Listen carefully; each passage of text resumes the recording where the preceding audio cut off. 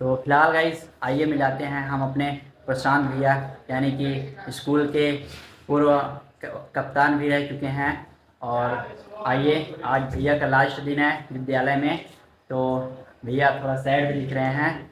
और सबसे पहला मेरा क्वेश्चन यही है, ये आपकी जो भी 7 साल की जर्नी रही है उसमें से जो भी आपके कुछ अच्छे पॉइंट्स हैं उन पॉइंट्स को बताने की कोशिश करें।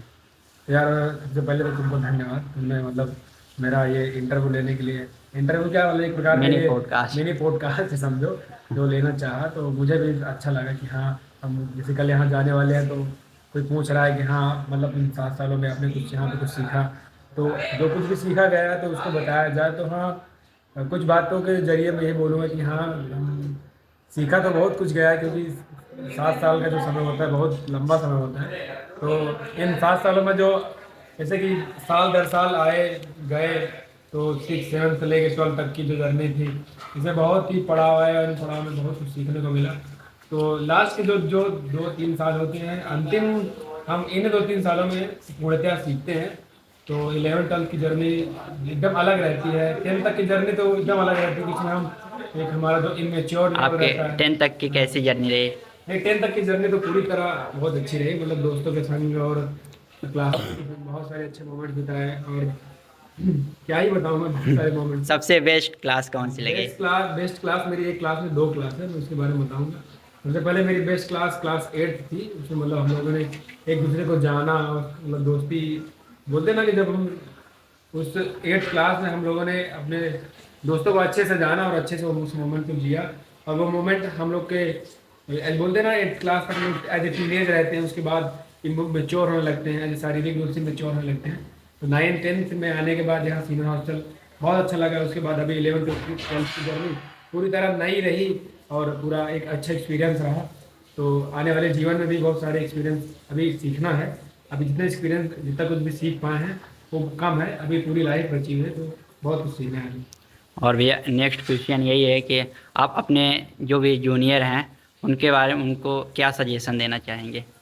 देखो, मेरा सजेशन तो ज़्यादा कुछ नहीं, लेकिन क्योंकि देखो तुम नो, किसी भी, एज अ सीनियर हाँ बता रहा सजेशन हूँ, तो बनता है। आज सीरीज में कुछ बताऊंगा, लेकिन फिर भी अगर आप कुछ जानना चाहते हैं या कुछ सीखना चाहते हैं, तो जब वो मोमेंट्स आपकी लाइफ में खुद आते हैं ना, तो उससे बेहतर कोई नहीं सिखा सकता। तो मैं ये बोलूँगा कि हाँ, जो कुछ भी आपको बताया जाए उसको आप देखिए, उसको खुद से सीखिए, लेकिन असली लर्निंग्स तो जब आप खुद फेज से गुजरेंगे तो ज़रूर लर्निंग आप लेंगे। लेकिन फिर भी मैं कुछ सजेशन ये दूंगा कि जब 10th तक आप अपने ये जो बेसिक लेवल की पढ़ाई है उसे बनाए रखें, और 10th तक अपने क्लासमेटों के संग मोमेंट्स बनाएं, अच्छे यादें बनाएं और मस्ती करें, पढ़ाई करें। 10th तक नवोदय में आपकी जर्नी बहुत अच्छे से गुजरेगी।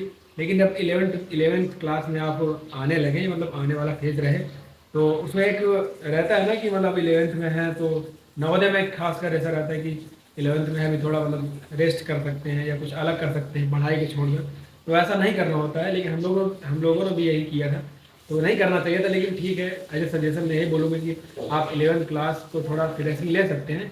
उसमें आप इंजॉय भी कर सकते हैं, जितने भी कार्यक्रम होते हैं यहाँ पे उसको आप इंजॉय करिए, लेकिन उसके अलावा आप पढ़ सकते हैं, मतलब पढ़ाई को छोड़िए नहीं, उसको बनाए रखें ताकि 12th में आप आएँ तो उसमें आपको मतलब एज ए कंटिन्यूटी बनी रहे, आपकी कंटिन्यूटी हटे ना।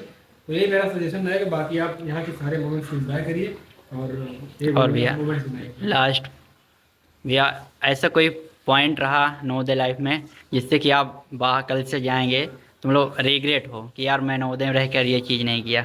ऐसा कोई पॉइंट नहीं है? नहीं, मैं बोलूँगा आई विल से, मेरे पास रिग्रेट्स तो नहीं है। जो कुछ भी रिग्रेट्स है वो यही है, वो मुझे नहीं लगता यहाँ से बाहर निकलेंगे। तो कोई रिग्रेट्स नहीं है, सारे पल को एंजॉय किया, सारे मोमेंट्स को जिया हूँ, दोस्तों के संग सारे मोमेंट्स बनाए हैं। तो ऐसा रिग्रेट्स तो मुझे नहीं लगता कुछ है। अब आने वाले जीवन में मैं इन्हीं पलों के साथ अपने जीवन को आगे बढ़ाऊँगा और जीवन में उन्नति की तरफ बढ़ूँगा। और भैया जैसा कि आप स्कूल के कप्तान भी रहे हैं, तो भैया एक आपको अलग ही एक्सपीरियंस हुआ होगा, तो कुछ। नहीं, इसको देखो, ये सेंट्रल लेवल का स्कूल है।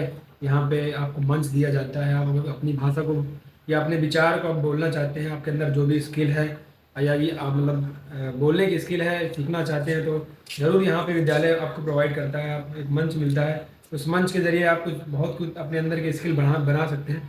तो जैसे मुझे भी यही मौका मिला 1 साल तक अपने स्कूल को रिप्रेजेंट करने के लिए, मतलब अपनी class as a class 11th class में जो विद्यालय कप्तान के रूप में मौका मिला, उसमें मैंने बहुत कुछ सीखा और अपने व्यक्तिगत कुछ स्किल्स है मैंने उसमें मतलब बनाया कभी। Like that. लेकिन जैसे कि देखो, किसी भी समाज में कहीं भी जाकर अगर आपको बोलना है, कैसे बोलना है, मतलब इस तरह की चीज़ें सीखी गई, क्योंकि हमारे प्रिंसिपल सर भी थे, उन्होंने भी बहुत सारे मतलब ऐसे इवेंट्स थे जब उन्होंने भाषण दिए। मतलब विद्यालय में चलता ही रहता है कुछ ना कुछ, तो उसमें रहना, उसमें पार्टिसिपेट करना बहुत कुछ सिखाता है। तो इसके अलावा भी जब आप मंच पर होते हैं, वहाँ पे आपको पूरा विद्यालय दिख रहा होता है, तो एज ए लर्निंग्स मिलती है कि हाँ, आप लाइफ में बहुत कुछ कर सकते हैं, बहुत मतलब दूर तक जा सकते हैं। एक अलग लेवल की थिंकिंग हो जाती हाँ, होगी, एक अलग लेवल की थिंकिंग ये हो जाती है रिस्पॉन्सिबिलिटी कि रहती है आप पूरे ऐसे मंच पे विद्यालय खड़े की। हैं, बहुत बड़ा विद्यालय है और पूरे विद्यालय की जिम्मेदारी आपके ऊपर है, तो सोच बड़ी हो जाती है। तो हम्म, ऑटोमेटिक सक्सेस होने की, मतलब सक्सेस होना तो अलग चीज़ है, लेकिन वो सोच डेवलप हो जाती है सक्सेस होने की, यही थोड़ा बोलते हैं। अलग ऑटोमेटिक थिंकिंग लेवल हो हाँ, जाती वही है। वही। और तो भाई साहब, भैया से मिलकर और मिनी पॉडकास्ट करके बहुत अच्छा लगा भैया। बहुत बहुत धन्यवाद भैया। और भैया बहुत ढेर सारी शुभकामनाएं। अरे अब आपकी थैंक यू। नई जर्नी स्टार्ट होती है, तो भैया मिलकर बहुत अच्छा लगा।